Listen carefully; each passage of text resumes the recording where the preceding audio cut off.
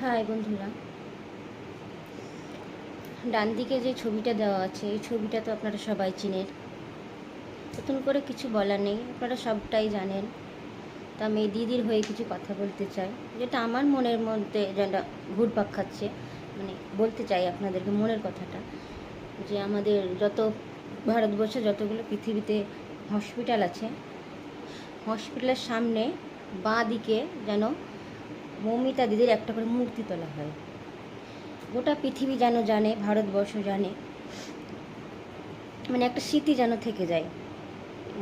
মৌমিতা দিদির যেন একটা স্মৃতি থাকে, পরবর্তীকালে যেন এই ঘটনা না ঘটে।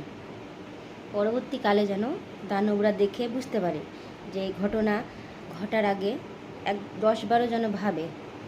সেই ভেবে আমি আপনাদেরকে বলতে চাই, আপনারা যদি আমার সাথে একমত হতে চান, আপনাদের মত বলতে পারবো না আপনাদের মনে কি আছে, কিন্তু আমার মন এটাই বলতে চাইলো।